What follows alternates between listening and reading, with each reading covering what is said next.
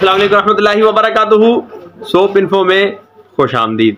आप अगर साबुन का काम करते हैं तो आपको एक चीज़ फील होती होगी, वो है कंपटीशन यानी मुकाबला।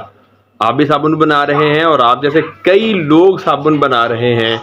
अब हम उनसे मुमताज़ यूनिक कैसे बने कि लोग उन्हें छोड़कर हमारी तरफ आएँ। देखें, वैसे तो दुआ ये कहनी चाहिए कि अल्लाह पाक सबको रिज़्क दे, कि जब ये दुआ करते हैं तो हमारा रिज़्क कम नहीं होता, उनको भी रिज़्क मिलता रहे, हमें भी रिज़्क मिलता रहे। कि मगर हम कुछ इस अंदाज से काम करें कि हम दूसरों से नुमायाँ नज़र आएँ। उसके लिए हमने क्या कभी गौर किया, क्या कभी हमने कोशिश की कि हम कुछ ऐसा काम करें जो दूसरे नहीं कर रहे, हम कुछ ऐसी परफॉर्मेंस दिखाएं जो दूसरे नहीं कर रहे। जब हम ऐसा सोचते हैं तब हम ऐसा करते हैं, और जब हम ऐसा करेंगे हमारी सेल में कई गुना इजाफा हो सकता है।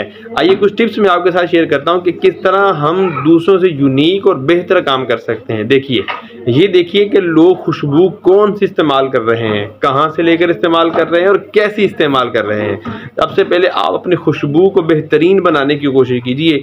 कुछ पैसे ज़्यादा लगाकर ऐसी खुशबू फाइंड कीजिए, तलाश कीजिए जो आपके सोप को बेहतरीन बनाने में मदद दे सके। नंबर 2, पैकिंग करने के लिए हमें आम से ही जो बनाने वाले डिज़ाइनर होते हैं उनकी मदद लेते हैं। अगर आपको इल्म में नहीं है, बिलखुसूस जो नए हैं उनको बताता चलूँ कि डिज़ाइनिंग बाकायदा एक डिपार्टमेंट है, एक शोबा है। आप उनको ज़्यादा पैसे देकर बेहतरीन किस्म का अपना डिज़ाइन करवा सकते हैं। आपकी अगर डिज़ाइनिंग अच्छी होगी तो वो देखने में ही अट्रैक्टिव लगेगा, आई कैचिंग लगेगा और लोग उसको देखकर पकड़ने की कोशिश करेंगे। ज़्यादातर बनाने वाले साबुन वो आम तौर पर एक ही तरह के डिज़ाइन को कॉपी पेस्ट कर रहे होते हैं। मिसाल के तौर पर मैंने कोई साबुन बनाया, उसका मैंने कोई डिज़ाइन बनाया, वो उनके पास सेव हो गया। अब किसी और बंदे ने साबुन बनाना है, रैपर बनाना है, तो वो मेरे ही नाम को रिमूव करके उसका नाम डालकर एक जैसा ही डिज़ाइन बना देगा। मुझे नहीं पता चलेगा कि मेरा ये डिज़ाइन कहीं और भी चल रहा है, और उसको भी नहीं पता चलेगा कि इस डिज़ाइन से पहले भी कोई रैपर तैयार हो चुका है। तो इसलिए एक बार सही आप 2, 4, 5, 10 हज़ार भी लगाकर अपने रैपर की डिज़ाइनिंग प्रोफेशनल अंदाज में करवाएं।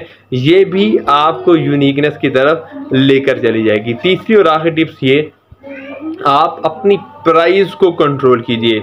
या तो आप बिल्कुल कम मार्जिन के साथ चलिए, थोड़ी कीमत के साथ चलिए, या फिर एक हाई वैल्यू ऐड कीजिए लोगों की ज़िंदगी में। बेहतरीन किस्म का साबुन बनाइए, चाहे वो 300 रुपये का ही क्यों सेल ना हो। क्योंकि या तो आप बहुत अच्छा साबुन बनाएं या फिर आप लोकल तरह का साबुन बनाएं। अगर आप बीच में रहे तो बीच में रहने वाले बहुत सारे लोग हैं, और कहा जाता है जो बीच में रहते हैं वो फिर बीच में ही रह जाते हैं।